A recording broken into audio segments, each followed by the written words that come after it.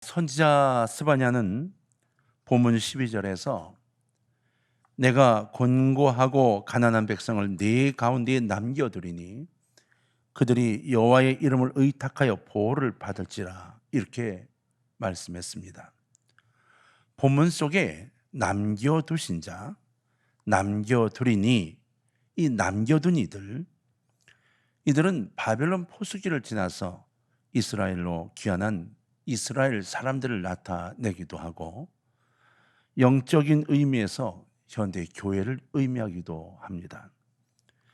엘리야가 아합왕과 왕후 이세벨을 피해서 광야를 지나 동굴 속으로 숨어들었다가 그곳에서 지쳐있던 이 엘리야에게 하나님이 만나주시는 대목이 열왕기상에 나타나 있죠. 그러면서 엘리야에게 열왕기상 19장 18절에서 그러나 내가 이스라엘 가운데 7,000명을 남기리니 다 바알에게 무릎을 꿇지 아니하고 다 바알에게 입맞추지 아니한 자니라 말씀하셨습니다.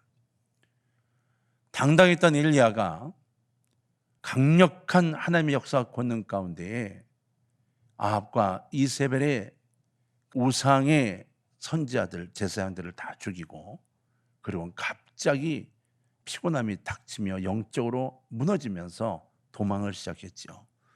그리고 난 다음 다시 돌아와야 할 때 하나님이 엘리야에게 위로하신 말씀이 이거였어요. 엘리야야, 너 혼자가 아니야. 무릎 꿇지 않은, 나만 바라보고 있는 7,000명을 내가 남겨두었어. 여러분, 그 7,000명 속에 여러분이 들어있기를 주의 이름으로 부탁합니다. 여기 바알에게 무릎 꿇지 않은 7,000명, 하나님께서 남기신 사람으로서 믿음을 지킨 성도, 지금으로 말하면 믿음을 가지고 최선을 다하는 교회를 의미합니다. 하나님께서는 하나님의 특별한 목적을 위해 누군가를 남겨놓으실 때에 그 목적을 위해서 구원받은 자, 생명을 보존하는 자, 바로 하나님의 군병을 남겨놓으시게 되는 겁니다. 창세기 7장 23절에 보면 노아의 홍수 때에도 인류의 새로운 조상이 될 8명의 믿음의 자녀들을 방주에 남아있게 하셨죠. 예수님은 지금 우리의 시대의 교회에 대해서 남은 자라는 용어를 사용하시지는 않았습니다. 그러나 예수 그리스도를 구주로 고백하는 사랑과 교회는 마지막 시대에 남은 자의 의미를 구약에서 신약으로 건너며 우리에게 던져주고 있습니다. 남은 사람은 그래서 시련을 이겨낸 자, 성별된 자, 그리고 십자가의 군병이 되기 위해 이겨나가는 사람을 의미한다고 생각하시면 돼요. 금을 성경은 자꾸 정금이라 표현합니다. 정금같이. 그렇죠. 여러분, 금은 용광로의 남은 자를 의미하는 거예요. 성경의 금은 용광로의 남은 자. 금은 여러분 어떻게 재련을 하나요? 금은 금맥이 들어있는 금강석들을 긁어 모으죠.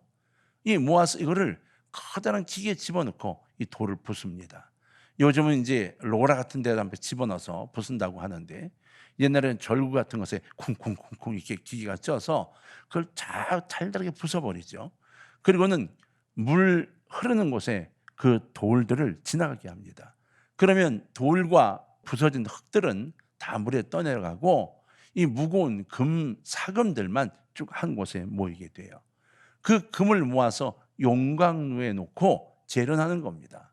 재련해서 위에 뜨는 슬러지 버리고 밑에 남는 순금만 모은 것, 이것을 정금이라고 합니다.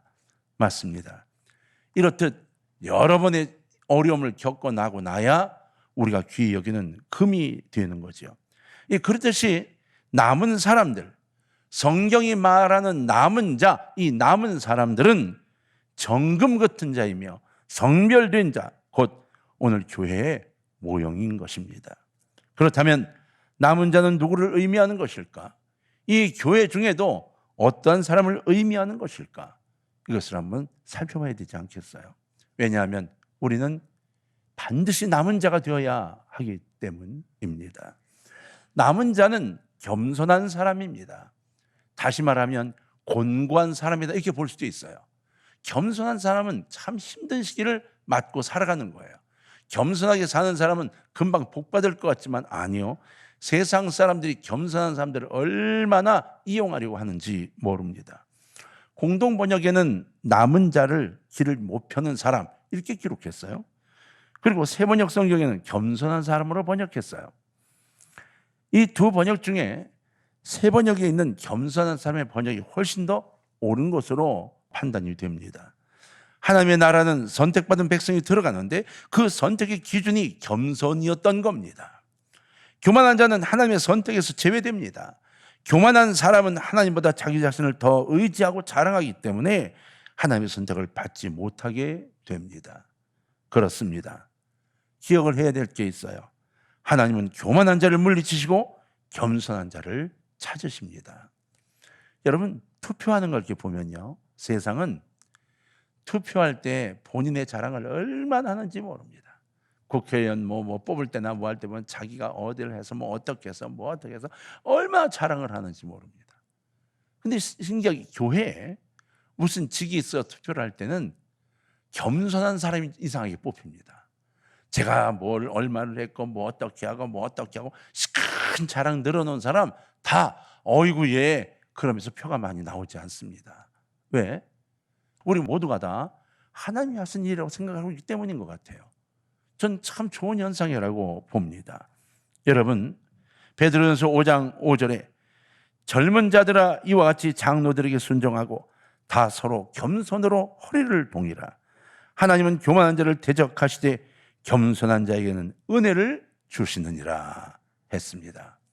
여러분, 겸손한 자에게 주시는 은혜, 이것이 하나님의 축복입니다. 교만한 사람은 결국 무너지는 겁니다.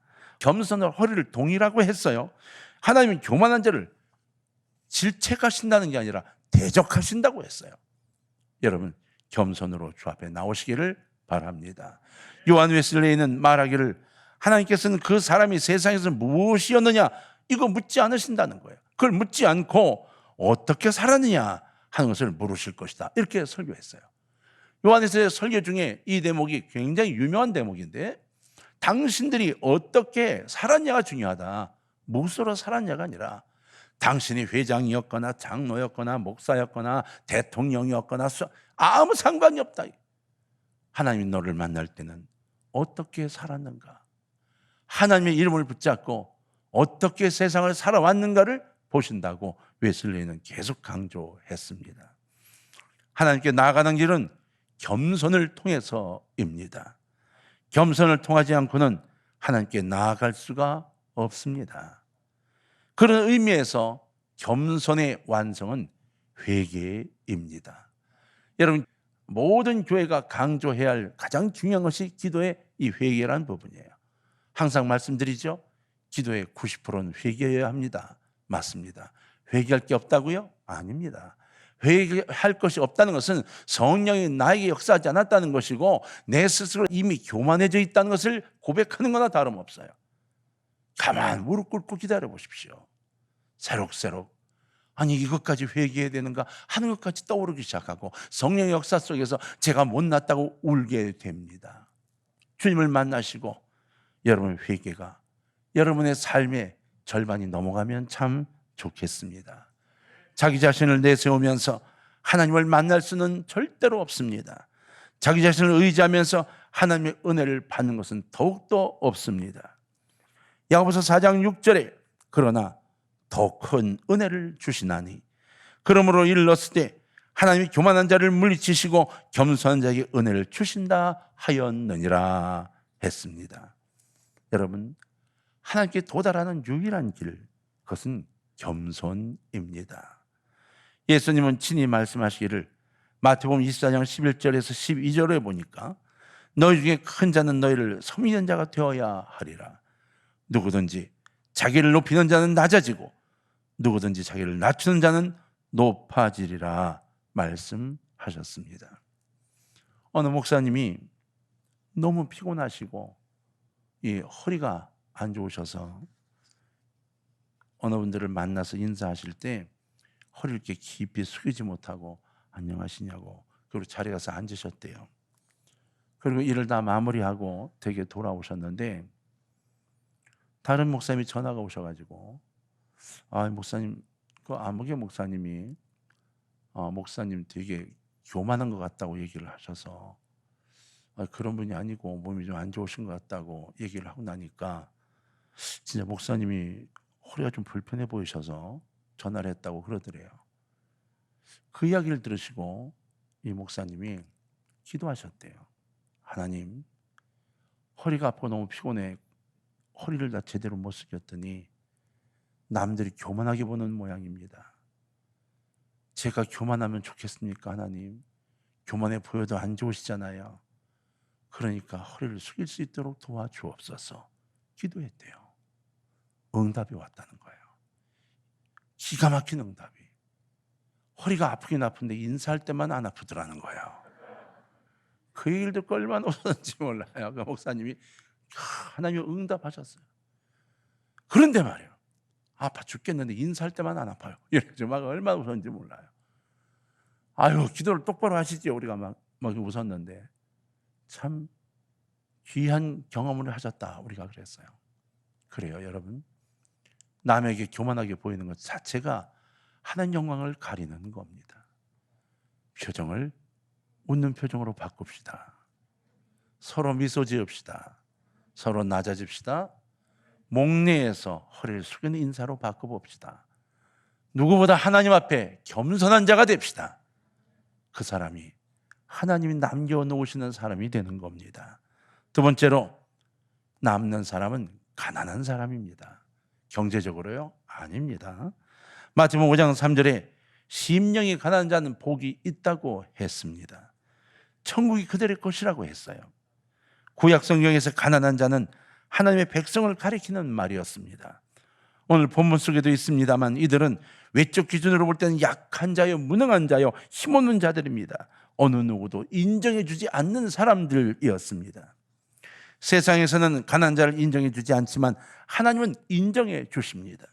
왜냐하면 더 이상 자랑할 것을 갖고 있지 않다고 생각하고 주 앞에 무릎을 꿇기 때문이고, 그 심령이 가난해져서 성령이 가득할 수 있도록 비워놓기 때문입니다. 비록 우리의 삶의 초반이 그리고 중반이 부끄러움으로 가득하였다 할지라도 여러분, 노년을 정갈하고 품위 있게 살아간다면 그 삶이 역전될 수 있음을 믿으시기를 바랍니다. 심령이 가난한 자, 곧 세상적인 정욕과 욕심을 버리고 주님으로 가득 채운 사람들인 성도들은 비록 세상적인 관점에서는 어리석어 보일지는 모릅니다. 그러나 노년이 되어가며 더욱 풍성하고 여유롭고 그리고 감사한 삶을 살아가게 될 것이 분명합니다. 제이 메리엄이라는 그 시인이 가난의 방문이라는 시를 썼는데 그 일부를 좀 보면 이렇게 돼 있어요. 그대의 집에 손님이 오셨다. 그 이름을 가난이라고 한다.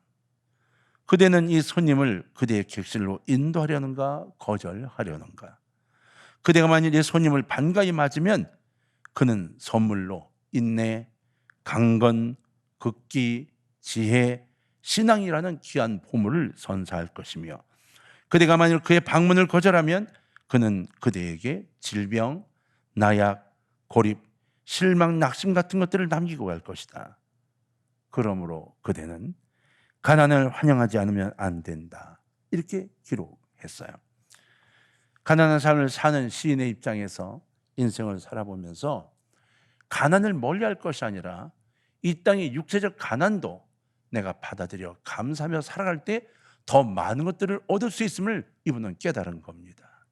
가난이 싫어서 가난을 이겨보려고 인간적인 노력으로 수없이 뛸 때, 하나님의 방식이 아닐 때 그들은 범죄와 그리고 병, 많은 것들을 얻어내고 결국은 이 땅에 악한 것만 남긴다는 것을 이 가난한 시인은 알았던 것 같아요.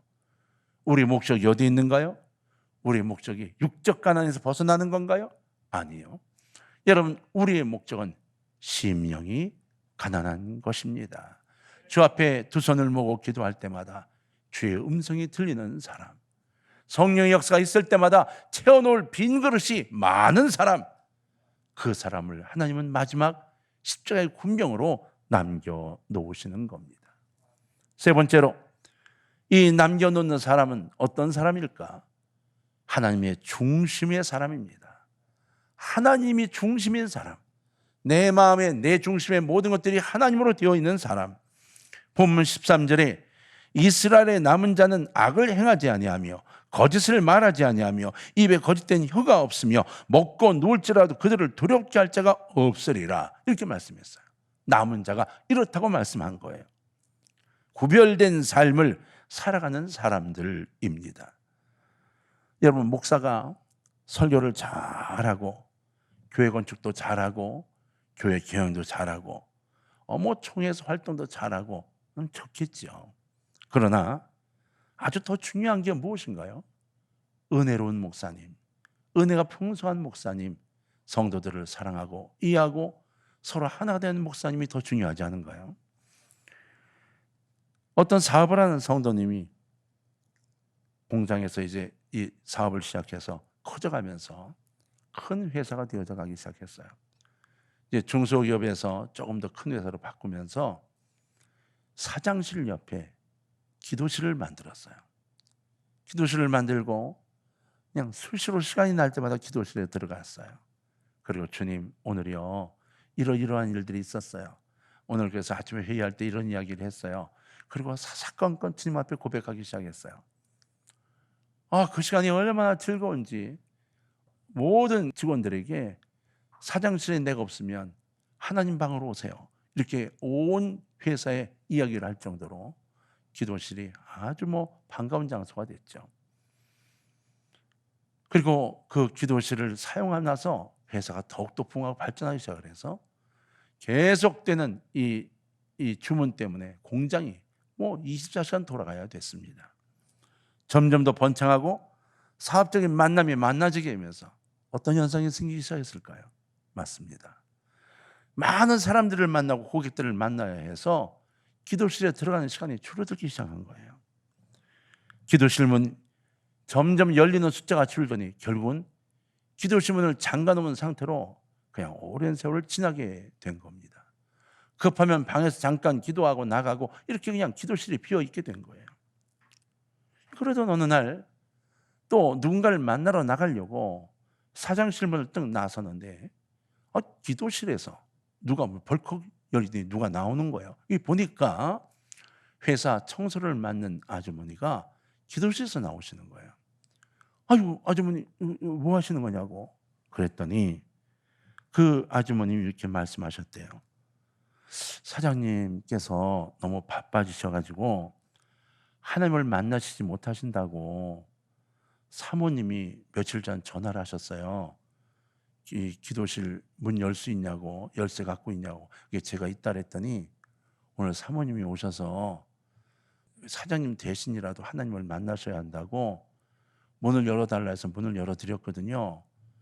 근데 사모님이 들어가시더니 이 기도실에 먼지가 이렇게 많냐고, 청소부터 잘해가지고 좀 청소하려고 도구를 가져왔어요, 이렇게 이야기를 하더라는 거예요. 그 순간에요, 벼락 맞은 느낌이 들었다는 겁니다.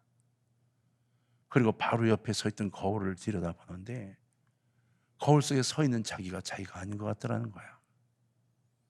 사장실을 뛰어들어가서 만나러 가려 했던 사람이 전화해가지고 가지 못한다 이야기하고 바로 기도실로 뛰어 들어갔습니다. 기도실로 뛰어 들어가서 이제 막 먼지가 쌓이기 시작한 그 바닥에 무릎을 꿇고 그리고 두 손을 모으고 기도를 하려고 했는데 기도가 안 되더라는 거예요. 한참을 그렇게 엎드려 그냥 있는 거예요. 그러다가 갑자기 울컥하면서 가슴 깊은 곳에서 이게 터져 나오기 시작을 했는데 이렇게 기도했대요. 하나님 죄송합니다. 하나님께 시간 좀 허락해 달라고, 제가 하나님 부르기만 하면 오셔달라고 기도실 만들어 놓고 제가 다른 곳과 다른 곳에 눈길을 두고 있었습니다. 제가 하나님을 기다리게 해서 정말 죄송합니다. 기다리시는 하나님을 만들어 죄송하고 하나님 나를 기다릴 때마다 밖에 나가 있어 죄송하다고 펑펑 울었다는 거예요. 이 회사가 하나님 것이며 하나님께서 원하셔서 이 회사를 세우셨는데 제가 제대로 보고도 하지 않고 만나 뵙지도 않고 그래서 엉엉 울었다는 거예요. 통곡을 하고 회개하고 있는데 옆에서 누구의 울음소리가 들려보니까 부인이 옆에서 엉엉 울면서 하나님 우리를 용서해달라고 같이 울고 있다는 겁니다.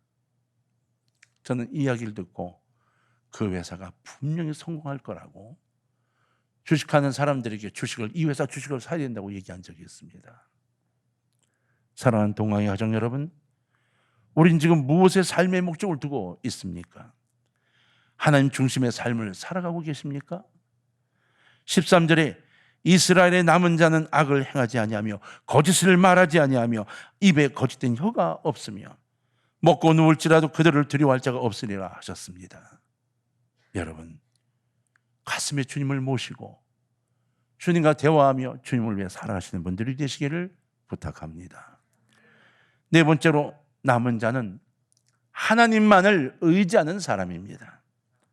잠언서 18장 10절에 여호와의 이름은 견고한 망대라 의인은 그리로 달려가서 안전함을 얻느니라 하셨습니다. 여호와의 이름은 견고한 망대입니다.